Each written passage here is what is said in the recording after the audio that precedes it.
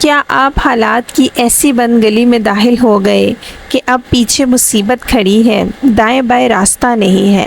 تو ایسے میں انسان کیا محسوس کرے گا کہ اب میں مارا گیا؟ جب آپ لاچار ہو جاتے ہیں تو ظاہر ہے اللہ رب العزت کا سہارا لیتے ہیں۔ تو کیا آپ بھی ایسے حالات اور ایسی بند گلی سے نکلنا چاہتے ہیں؟ تو رہیے آج ہمارے ساتھ۔ بسم اللہ الرحمن الرحیم۔ اللہم صلی علی سیدنا مولانا محمد عدد ما فی علم اللہ صلاۃ دائمۃ بدوام ملک اللہ۔ تمام دیکھنے اور سننے والوں کو السلام علیکم۔ مجھے امید ہے آپ سب جہاں بھی ہوں گے خیریت سے ہوں گے، اور رب کائنات سے یہی دعا ہے کہ آپ سب جہاں ہو اللہ تعالیٰ آپ کو اپنے حفظ و امان میں رکھے، شیطان کی شر سے محفوظ رکھے، ہر بری نظر سے محفوظ رکھے، ہر بری گھڑی سے محفوظ رکھے۔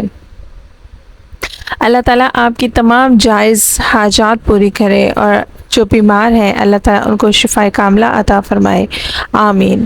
محترم ناظرین، آج کی ویڈیو جو آپ کی خدمت میں پیش کرنے جا رہی ہوں، میں سمجھتی ہوں یہ بہت قیمتی ویڈیو ہے۔ آج کی ویڈیو میں جس صورت کی بات کرنے جا رہے ہیں اس کا تعلق انسانی زندگی کی ایسے معاملات سے ہے کہ جب کسی ایسی پریشانی میں پھنس جائیں، جیسے انسان کسی بند گلی میں آ جاتا ہے۔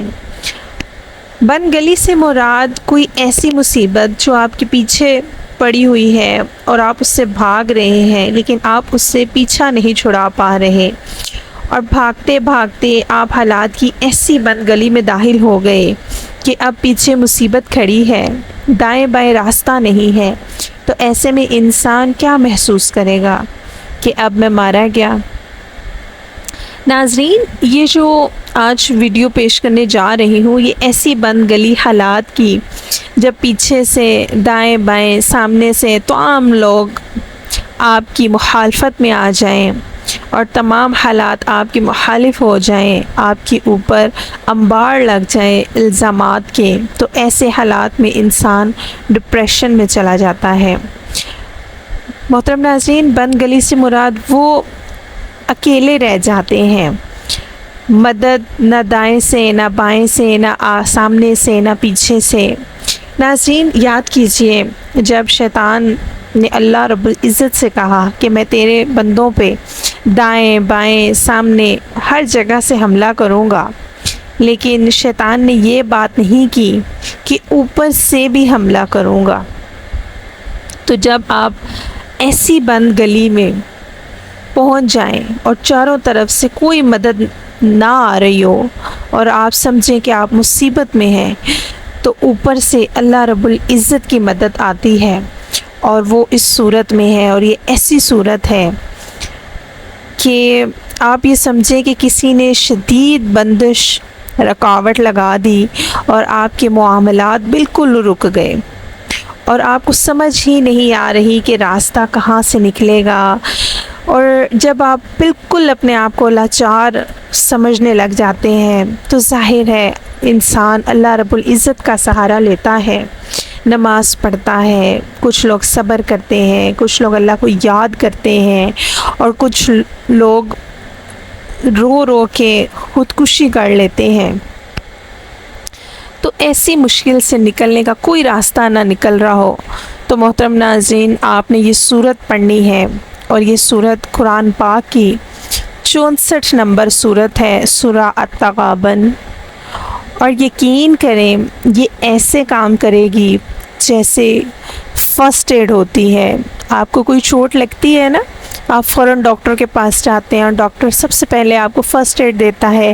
اگر چوٹ ہے تو اسے پائرڈین سے صاف کرے گا، پھر اس کو پولفیکس لگائے گا یا ہلکی سی بینڈیج لگا دے گا، آپ کو درد ہے تو پیناڈول دے گا، اور یہ صورت بالکل فرسٹ ایڈ والا کام کرے گی، اور یقین کریں آپ کے دل کو بہت زیادہ سکون دے گی، ٹھیک ہے۔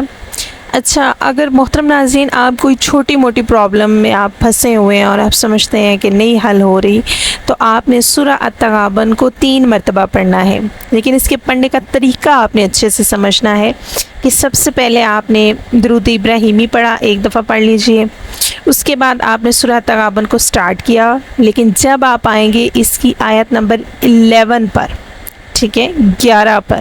تو آپ نے اس حالی ایک آیت کو 30 بار تکرار کے ساتھ پڑھنا ہے، یعنی 30 دفعہ آیت نمبر 11 کو آپ نے پڑھنا ہے. ٹھیک ہے، اس کے بعد آپ نے اپنی سورت کو کمپلیٹ کرنا ہے. اس کے بعد پھر آپ نے سورہ تغابن پڑھنی ہے، اور جب آپ آیت نمبر 11 پہ آئیں گے تو آپ نے اس کو 30 بار پڑھنا ہے اور پھر سورت کمپلیٹ کرنی ہے. اسی طرح آپ نے اس سورت کو 3 مرتبہ پڑھنا ہے. ٹھیک ہے، اور اس کے بعد آپ نے ایک بار پھر درود ابراہیمی پڑھنا ہے اور دعا کرنی ہے. ٹھیک ہے، اور یہ آپ نے جناب کرنا ہے 11 دن. کسی بھی ٹائم آپ اس کو کر سکتے ہیں، یعنی آپ کوئی بھی ایک ٹائم ڈیسائیڈ کر لیجئے. فجر کے بعد کرنا ہے، ظہر کے بعد کرنا ہے، عشاء کے بعد کرنا ہے. ٹھیک ہے، کوئی ریسٹرکشن نہیں ہے. اچھا، پھر اگر آپ سمجھتے ہیں کہ جی کوئی بڑی بھاری مصیبت آ گئی ہے اور اس سے جان نہیں چھوٹ رہی، تو کیا کرنا ہے؟ تو آپ نے اس کو اسی طریقے کے ساتھ آپ نے 5 مرتبہ پڑھنا شروع کر دینا ہے. ٹھیک ہے نا، اور جب آپ آئیں گے نا آیت نمبر 11 پہ، تو آپ نے پھر اس کو 50 بار رپیٹ کرنا ہے اس آیت کو. ٹھیک ہے، اسی طریقے سے آپ نے اس کو 5 دفعہ کمپلیٹ کرنا ہے، اور اللہ تعالیٰ سے 11 دن تک آپ نے دعا کرتے رہنا ہے. انشاءاللہ کوئی بھی مصیبت ہے، کوئی بھی مشکل ہے جس سے چھٹکارا نہیں ہو رہا، اچھا کوئی بھی رشتے کا پرابلم ہے، بندش کا پرابلم ہے، رکاوٹ کا پرابلم ہے، آپ کو نوکری کا پرابلم ہے، آپ کی اولاد فرما بردار نہیں ہے، ٹھیک ہے نا، ہر معاملے میں انشاءاللہ یہ آپ کی مدد کرے گی. اس سے کیا ہوگا کہ ایک تو آپ کے درجات بلند ہوتے رہیں گے، اللہ تعالیٰ کا آپ ذکر کر رہے ہیں، اللہ بھی خوش ہوگا اور اللہ بہت بہتری کرنے والا ہے. لیکن ایک بات میں بہت یقین کے ساتھ کہہ سکتی ہوں کہ اس کے بعد آپ کو کسی جعلی عامل یا پیر کے پاس جانے کی ضرورت نہیں رہے گی.